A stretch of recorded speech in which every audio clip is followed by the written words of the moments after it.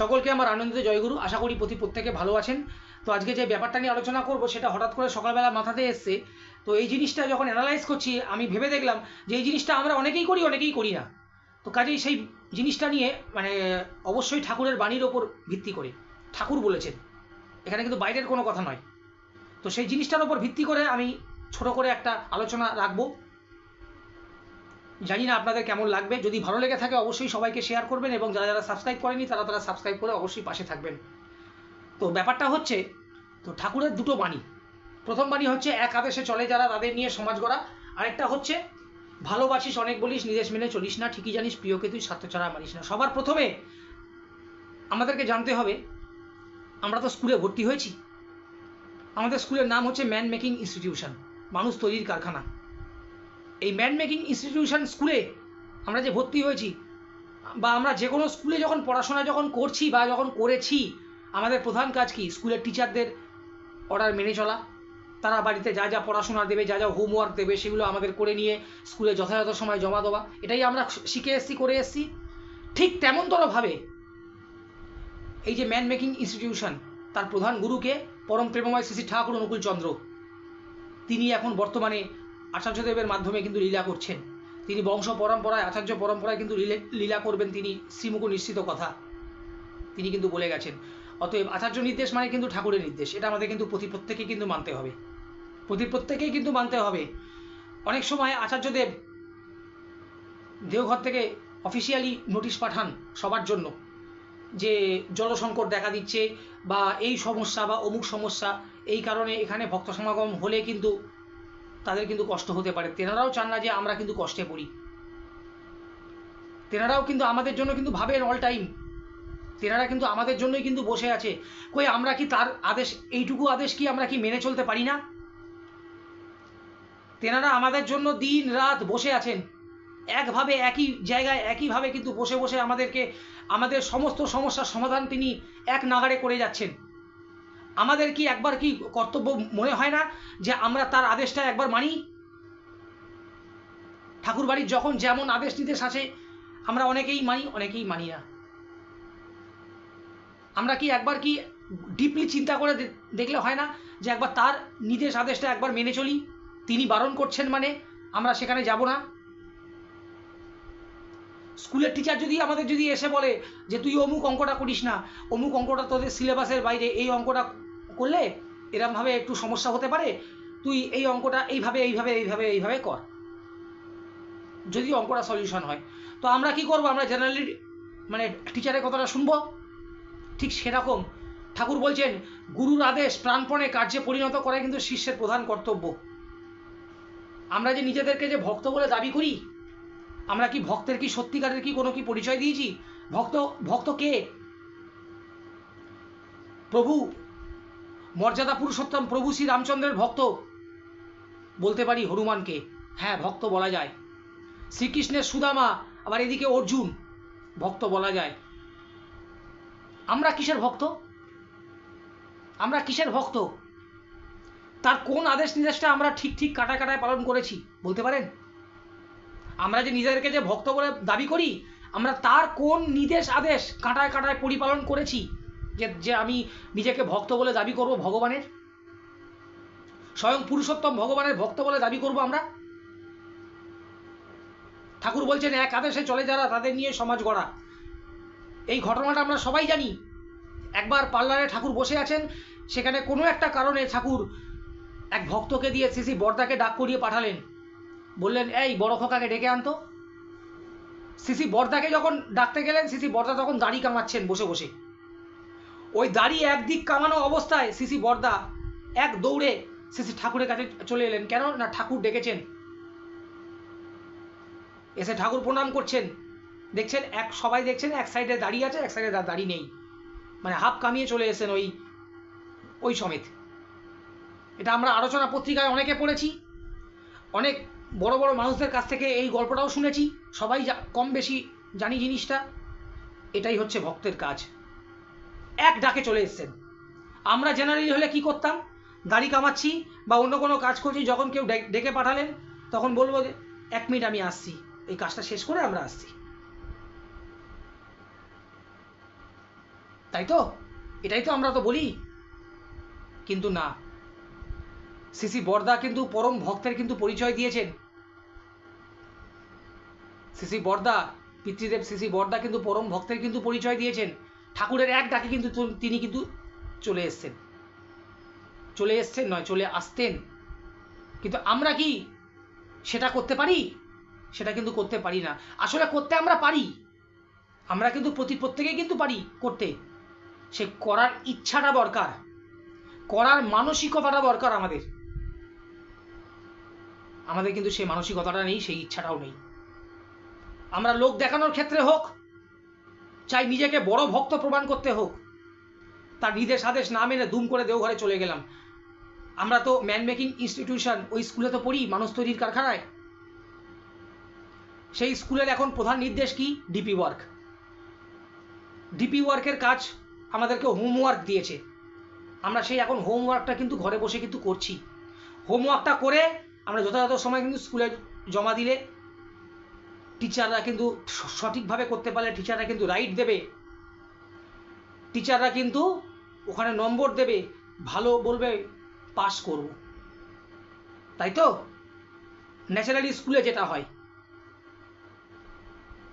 কাজেই সেই জিনিসগুলো কিন্তু আমাদের কিন্তু করা উচিত।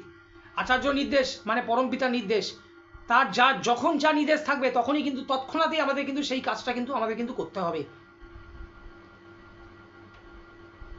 जो काल करे सो आज, जो आज करे सो अभी करे, जो काल करे सो आज करे, जो आज करे सो अभी करे।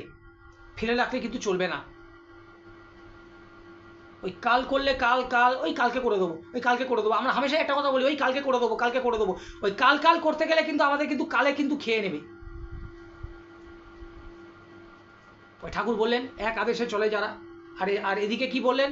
ভালোবাসিস অনেক বলিস, নির্দেশ মেলে চলিস না। আমাদের প্রত্যেককে কিন্তু ছোট ছোট এই যে নির্দেশগুলো, এই যে আমরা ঠাকুর বাড়ি যাই, ঠাকুর বাড়ি গিয়ে অনেকে তাদের অনুমতি নিয়ে ছবি তুলি, অনেকে আবার কিন্তু তাদের অনুমতি ছাড়া কিন্তু ছবি তুলি। ছবি ভিডিও যারা তুলি আমরা, অবশ্যই আমি প্রত্যেককে বলবো তাদের কিন্তু অনুমতি নিয়ে কিন্তু দয়া করে তুলবেন। তিনি বারবার কিন্তু বারণ করছেন, তেনারা কিন্তু বারবার কিন্তু বারণ করছেন যে বিনা অনুমতিতে কিন্তু ছবি বা ভিডিও কিন্তু করবেন না। এই ছোট ছোট জিনিসগুলো, এগুলো তো তাদের আদেশ নির্দেশ, এগুলোও কিন্তু আমাদের কিন্তু মানতে হবে, এগুলো কিন্তু আমাদের কিন্তু ইয়ে করতে হবে। এখন বলতে পারেন হয়তো যারা যারা আমার ফেসবুকে আছেন হয়তো বলতে পারেন যে দাদা আমি আপনার প্রোফাইলে পূজানিয়া নবৌদির ছবি দেখলাম। ওটা কিন্তু আমি বলবো একটা কথাই, ওটা কিন্তু পারমিশন নিয়ে কিন্তু তোলা, এবং আমি যে পোস্ট করেছি সেটাও কিন্তু পারমিশন নিয়েই কিন্তু করেছি। এবং আমার চেনাশোনা অনেক বন্ধুবান্ধবরা আছে বা দাদা বা ভাই বোনরা যারা যারা আছে, তারা কিন্তু প্রত্যেকে অনেকেই কিন্তু পারমিশন নিয়েই কিন্তু, সবাই বলতে গেলে প্রায় পারমিশন নিয়েই কিন্তু করে। কিন্তু যারা যারা পারমিশন না নিয়ে করে, দুম করে এলাম, ক্যামেরাটা অন করে টুকুস করে ছবি তুলে ভিডিও তুলে বেরিয়ে গেলাম, না, ওটা করবেন না, অশোভনীয় লাগে, ওটা করবেন না। কারণ আপনারা যদি প্রত্যেকে যদি এই জিনিসটা করে, যারা যারা এখনো সৎমন্ত্রে এখনো দীক্ষিত হতে পারেনি, তারা আপনাদের দেখে কি দেখে আসবে? ঠাকুর তো বলছেন একাদশে চলে যারা, সেটা ওরাও জানলো। ওরা জেনে যখন আপনাদের মতো পুরনো মানুষদের যদি দেখে যে আরে এরা তো একাদশে চলে যারা, তো এরা তো একটা আদেশ তো মানছে না, তাহলে এই রকম হয়, তখন তাদের ভেতর কিন্তু একটা নেগেটিভ একটা ভাবনা কিন্তু তৈরি হবে। তার জন্য সম্পূর্ণ দায়ী কিন্তু আমি আপনিই থাকবো। কাজেই এই জিনিসগুলো কিন্তু আমাদের কিন্তু, এই ছোট ছোট জিনিসগুলো কিন্তু আমাদের বন্ধ করতে হবে। আমাদের ছোট ছোট যে তাদের নির্দেশ আদেশ, এই যে বললাম ডিপি ওয়ার্কের কথা, তাদের একান্ত মানে কি বলে ভাষায়, ঐকান্তিক নির্দেশ আমাদের ডিপি ওয়ার্ক অক্ষরে অক্ষরে পালন করতে হচ্ছে। এটাই আমাদের এখন হোমওয়ার্ক, আমাদের এখন ঘরে বসে এখন ওটাই করতে হবে। এবং যথাসময়ে ইষ্ট নির্দেশ মুক্ত করাইতে হবে। ইষ্ট নির্দেশটা আমাদের যখন সময় আসবে, তখন সেই নির্দেশটা আমাদেরকে ঠাকুর বাড়িতে গিয়ে বা আচার্যদেবের কাছে গিয়ে বা অবিন দাদার কাছে গিয়ে, কারণ তারা তো শিক্ষক, আমরা কিন্তু স্টুডেন্ট, তাদের কাছে গিয়ে আমাদের কিন্তু দেখাতে হবে। ওই স্কুল থেকে যেরকম হোম টাস্ক দিলে আমরা কি করি, বাড়িতে এসে অঙ্কগুলো করি বা যা পড়া দেয় সেগুলো করি, আবার পরের দিনকে স্কুলে নিয়ে গিয়ে সেই টিচারকে দেখায়, তারা ঠিক হলে রাইট দেয়, ভুল হলে কাটা দেয়। ওই রাইট দিয়ে তারা আমরা পাস করলাম কি ফেল করলাম এগুলো সব তারা কিন্তু সমস্ত কিছু বলে দেয়, তারা কিন্তু নির্ণয় করে দেয়। ঠিক সেরকম তার আদেশ নির্দেশগুলো আমরা আমাদের হোমওয়ার্ক যেটা দিয়েছে সেটাও আমরা কিন্তু হোমওয়ার্ক করে তাদের কাছে কিন্তু আমাদের কিন্তু নিয়ে যেতে হবে। তাদের কিন্তু খুশি করাই কিন্তু আমাদের কিন্তু প্রধান কর্তব্য। আমাদের কিন্তু লোক খুশি করলে কিন্তু হবে না। ওই লোককে দেখালাম বছরে 4 বার 5 বার দেওঘর যাচ্ছি, অনেক বড় ভক্ত হয়ে গেছি, 5 বার 6 বার করে দেওঘর যাচ্ছি, ভিডিও তুলছি, ছবি তুলছি, এবং আশেপাশের লোকেরা ভাবছে আরে বাবা এ তো প্রায় মাসে তো দেওঘরে যাচ্ছে। আমি দেওঘরে যেতে কিন্তু বারণ করছি না কাউকে, অবশ্যই যাবেন, কিন্তু তেনারা যখন বারণ করবেন তখন না যাওয়াই ভালো। আপনি দিনের মধ্যে 50 বার যান না, তাতে কোনো আপত্তি নেই। আমরা দিনের মধ্যে 100 বার যেতে পারি, আমরা মাসের মধ্যে 100 বার যেতে আসতে পারি। আজকে গেলাম, কালকে চলে এলাম, আবার একদিন পরে আবার গেলাম, আবার চলে এলাম, আবার একদিন পরে আবার গেলাম, আবার চলে এলাম। আমরা করতে পারি এটা, কিন্তু যখন তেনারা বারণ করবেন তখন কিন্তু আমাদের কিন্তু এটা কিন্তু সংযম হয়ে কিন্তু শুনতে হবে, আমাদের কিন্তু সংযত কিন্তু হতে হবে।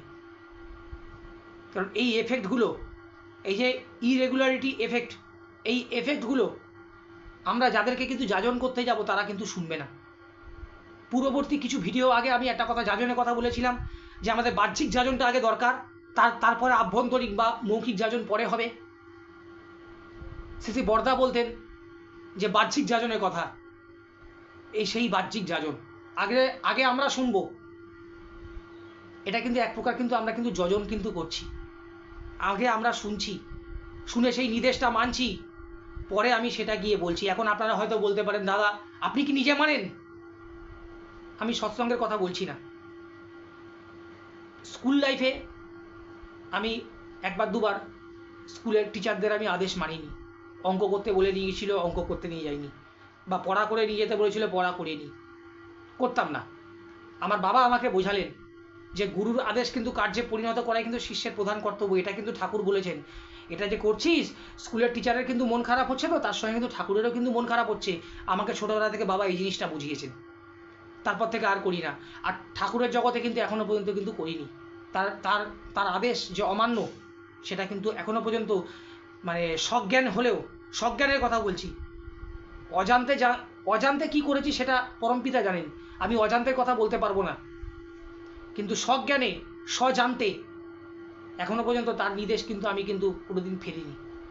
যতটা পেরেছি পালন করার চেষ্টা করে গেছি। আসুন আমাদেরও এখনই থেকে আমরা প্রতিজ্ঞাবদ্ধ হব যে তার আদেশ, ঠাকুরের যে ওই বাণীটা আমরা প্রত্যেকের মধ্যে কিন্তু ফুটিয়ে তুলব। এক আদেশে চলে যারা, তাদের নিয়ে সমাজ গড়া। ভালোবাসিস অনেক বলিস, নির্দেশ মেনে চলিস না, ঠিকই জানিস প্রিয়কে তুই স্বার্থ ছাড়া মানিস না। ঠাকুরের এই যে বাণী, এক আদেশে চলে যারা, এই যে একটা আদেশেই আমাদেরকে কিন্তু আসতে হবে। তার যা আদেশ, তার আদেশ কিন্তু আমাদের কিন্তু কাঁটায় কাঁটায় কিন্তু পরিপালন কিন্তু করতে হবে, কিংবা করার চেষ্টা করতে হবে। ওই করতে করতেই কিন্তু করা হয়ে যাবে। ঠাকুর বলেছেন না, ওই অম্লান চেষ্টায় তোমাকে মুক্তির পথে এগিয়ে নিয়ে যাবে। আমরা সবাই ঠাকুরের কাজ করি, ঠাকুরের কাজ করে কি করি না, একটু হামবড়াই করে ফেলি যে না ঠাকুরের অমুক করেছি তমুক করেছি। ঠাকুর সত্যানুসরণে কি বললেন যে এগিয়ে যাও, মেপে দেখতে যেও না কতদূর এগিয়েছো, নইলে আবার পিছিয়ে পড়বে, ঠাকুরের কথা। তো এই ছোট ছোট জিনিসগুলো কিন্তু আমাদের কিন্তু চরিতার্থ করতে হবে, আমাদেরকে কিন্তু শুনতে হবে, আমাদেরকে কিন্তু মানতে হবে, তবেই কিন্তু আমরা অন্যকে কিন্তু জিনিসটা গিয়ে কিন্তু বলতে পারবো। প্রত্যেকে কেমন লাগলো জানি, যদি কোনো ভুল বলে থাকি তো আমি ক্ষমা প্রার্থনা করছি। কারণ পূর্বেও ভিডিওতে আমি বলেছি, আজকেও বলছি যে আমি কিন্তু ঠাকুরের কথা কিন্তু বলতে পারি না। কারণ ঠাকুরের কথা বলতে গেলে কিন্তু তার কাজ আমাদের কিন্তু করতে হয়। আমি কিন্তু তার কাজ কিন্তু ঠিকঠাকভাবে কিন্তু করে উঠতে পারি না, তাই আমি ঠাকুরের কথা বলতে পারি না। কতটা কি বলতে পেরেছি সবই পরমপিতার আশীর্বাদ, দয়া বলতে পারেন, তিনিই বলিয়েছেন হয়তো, আমি ঠিক জানি না। যদি কোনো ভুল করে থাকি বা ভুল বলে থাকি তো আমাকে অবশ্যই ক্ষমা করবেন, কারণ আমি তো অত বিশেষ কিছু জানি না, ক্ষুদ্র মানুষ আমি। আর যদি ভিডিওটা ভালো লেগে থাকে প্রত্যেকে শেয়ার করবেন এবং কমেন্টসে অবশ্যই জানাবেন, এবং যারা যারা এখনও পর্যন্ত সাবস্ক্রাইব করেননি তারা অবশ্যই সাবস্ক্রাইব করবেন এবং চ্যানেলটা সবাইকে শেয়ার করে আমাদের পাশে থাকবেন। সকলকে আমার আন্তরিক জয় গুরু।